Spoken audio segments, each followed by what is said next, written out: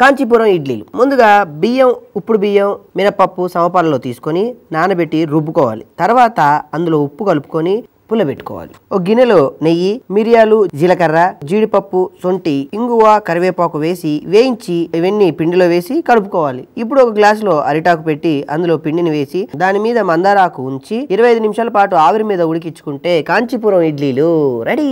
Bye. కొరడా chutney.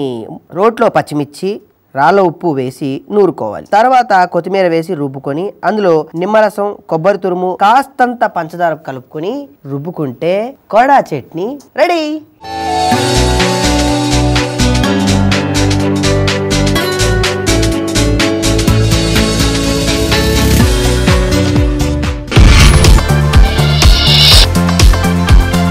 ETV అభిరుచి, మీ వంటింటి నేస్తం.